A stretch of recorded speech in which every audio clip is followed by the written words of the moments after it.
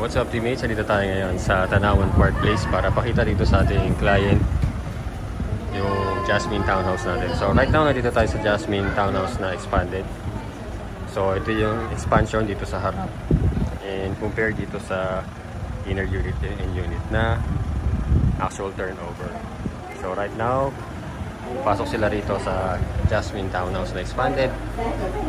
Yung details nito is napakita ko na rin dun sa previous vlog ko. So check nyo na lang po dun. So dito kung makikita nyo, meron tayong counter dyan na parang ginaya natin sa Linea. Okay. So yan sa client. Nandun yung CR. Ayan yung dirty kitchen.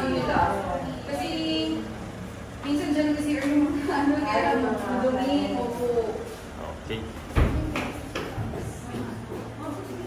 So, checkin na rin natin yung taas para makita nyo. Quick tour lang ulit, ano? Ayan. Ganun pa rin naman. Okay.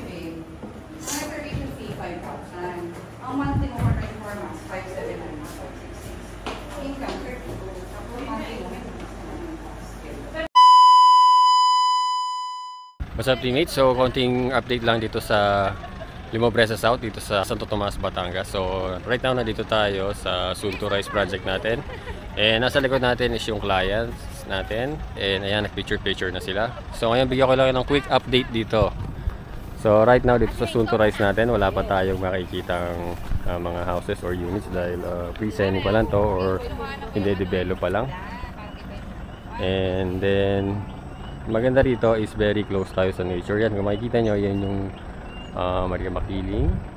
And right now ang time natin is 11 AM. So mataas na yung araw pero hindi natin ramdam dahil malamig yung simoy ng hangin. Yun yung advantage pag malapit tayo sa mga gantong nature no, yung mundo.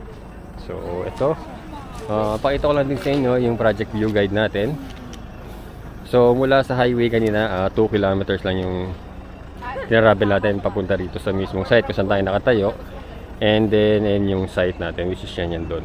So ano yung mga amenities natin dito? Meron tayong entrance gate, clubhouse, basketball court, and playground. And located po yan sa Barangay San Vicente, San Miguel, Santo Tomas, Batangas. Okay?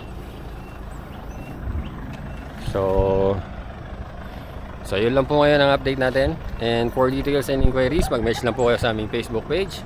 And thank you for watching guys. See you on the next one.